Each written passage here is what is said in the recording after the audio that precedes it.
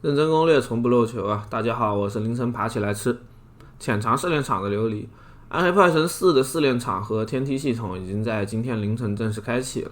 看了暴雪之前的篝火呢，琉璃对试炼场的心理预期已经拉到最低了。毕竟上一期的篝火访谈给我的感觉就跟龙子期一样。你可能不认识龙子期啊，他是我的初中同学，在初二下学期的时候模拟考英语拿了30分，之后他对老师保证自己要好好努力。然后正式考试那天呢，他努力的把自己用来涂答题卡的铅笔给削得特别漂亮，然后考了28分。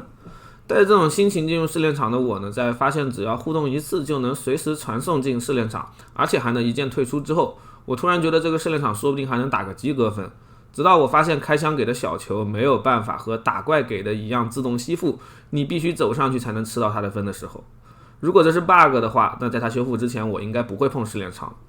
接下来是试炼场这个玩法的具体介绍。我们在游戏更新之后呢，前往地图左下角的吉库尔传送点，然后沿着桥稍微走几步就能找到试炼场的石碑了。和它互动之后，你就能进入试炼场了。任何角色只要和它互动过一次之后，都可以通过按 Y 打开试炼场，然后直接传送进试炼场。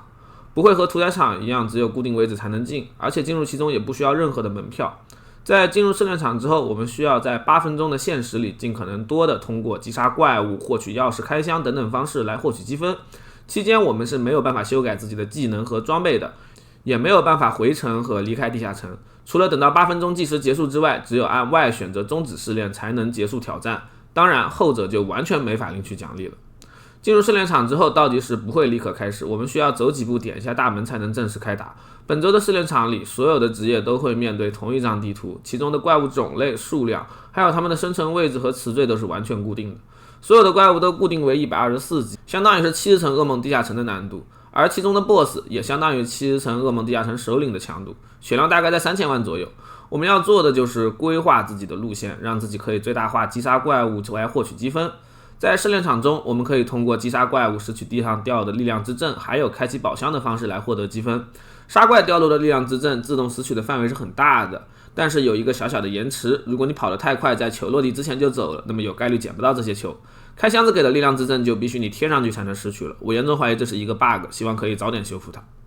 除了普通精英怪物之外，试炼场还有几只首领任务。这些在小地图上被标记出来的怪物呢，在被我们击杀之后会掉落一个固定的圣坛，每一只 BOSS 都会固定掉落一种圣坛。比如进门的这只白骨首领，你在击杀它之后就一定会掉落一个致命圣坛，让我们100%暴击。除了 BOSS 的掉落之外，地图中还会在固定的位置刷出2个专属试炼场的圣坛，一种是数量最多的证明之柱，点击这个圣坛之后，地图内的怪物会复活，包括首领和之后提到的钥匙怪。另外一种就是整个地图只有2个光荣之柱了，点击它之后的一段时间内，你获取的积分会翻倍。地图中还会在固定的位置刷出掉落铁钥匙的小怪，拿到钥匙之后，我们就可以去开启地图中的宝箱，从而获得额外的积分了。想要最大化获取积分的话，我们首先需要的就是背板，你得记住整个地图怪物、塔、首领和钥匙怪的分布，然后规划出一个能够在限时内最大化击杀怪物数量或者说是获取积分的路线。由于地图中的怪物数量和种类是完全固定，我们还能在击杀 BOSS 之后获取圣坛的加成，所以相比操作和装备而言，试炼场更吃你对整个战斗环节的规划，尤其是复活圣坛的开启。如果你一直保证见面就开这些复活圣坛的话，很可能会在战斗一段时间之后，发现整个地图都没有怪物给你打了。本期的核心应该就在于如何利用好2次翻倍积分的圣坛，配合他们的附近的复活圣坛，最大化你的刷分效率，玩起来就跟做数学题一样。而由于目前的试炼场里怪物数量不太密集，所以机动性越强的职业表现会越好。截至目前分数最高的职业是巫师，已经逼近100万分了。第二的野蛮人还在努力冲刺80万分。8分钟的8分钟紧张刺激的战斗结束之后，我们就能根据右下角的评分来获得奖励了。基础掉落的几件800加装备就不谈了。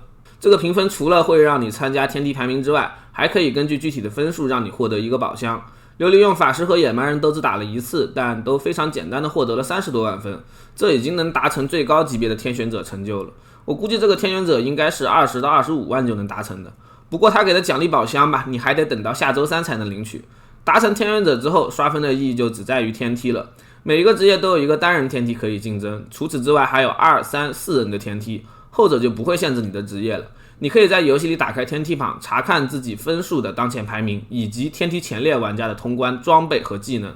每周结算的时候，任何天梯前100的玩家都可以获得一个专属的坐骑战利品，而前10名的玩家则能把自己的角色和名称刻印在先祖殿堂，让其他玩家之后永远可以看见他们。总的来说，就是你想要拿个低保奖励非常简单，每周刷1到2次就能轻松搞定了，但要去跟别人竞争，就需要大量的时间沉淀了。以上就是目前试炼场和天梯榜的玩法介绍，我是琉璃，让我们下期视频再见。